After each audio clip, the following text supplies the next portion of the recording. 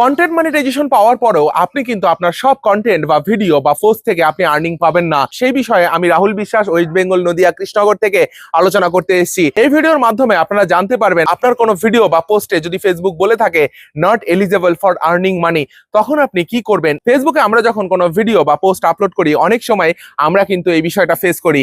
Content monetization পাওয়া মানেই কিন্তু আপনি আপনার সমস্ত কন্টেন্টে আর্নিং পাবেন, ব্যাপারটা এমন নয়।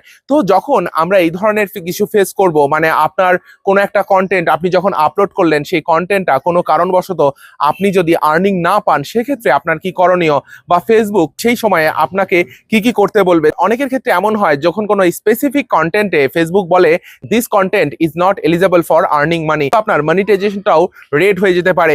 সেক্ষেত্রে আপনাকে প্রথমে আপনার যে কন্টেন্টটাতে সমস্যা রয়েছে, সেই কন্টেন্টটাতে কি সমস্যা বলেছে সেটা আপনাকে আগে দেখতে হবে। অনেক ক্ষেত্রে বিভিন্ন কারণে এই ইস্যুটা হয়ে থাকে। হতে পারে আপনার নিউডিটি বা এক্সপ্রেশন, বা আপনার সোশ্যাল ভায়োলেন্সের এরকম কোনো ইস্যু থাকতে পারে। কিন্তু যদি এই সমস্ত ইস্যু না থাকা সত্ত্বেও আপনার পোস্টে ফেসবুক এমন বলছে this content is not earning money or not eligible for earning money, তখন কিন্তু আপনাকে সেই কন্টেন্টটা সরিয়ে দেওয়া ভালো। যদি আপনার দীর্ঘদিন এরকম থাকে, সেক্ষেত্রে কিন্তু আপনার মনিটাইজেশনে একটা ইম্প্যাক্ট পড়তে পারে। কি করে ইম্প্যাক্ট পড়বে? ধরুন এর পরবর্তীতেও আপনার এমন একটা কন্টেন্টে এরকম সমস্যাটা আসলো, এর ফলশ্রুতিতে কি হবে, আপনার কন্টেন্ট গুলোতে ফেসবুক ধীরে ধীরে নট মনিটাইজেবল ক্যাটাগরিতে ফেলে দিতে পারে।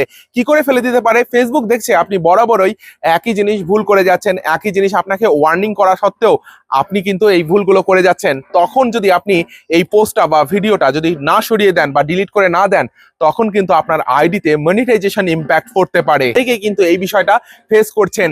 আমি বলছি আপনারা আপনাদের কন্টেন্টের দিকে ফোকাস করে সুন্দর সুন্দর কন্টেন্ট আপলোড করুন, যাতে করে আপনাদের এই সমস্যাগুলো আর ফেস না করতে হয়।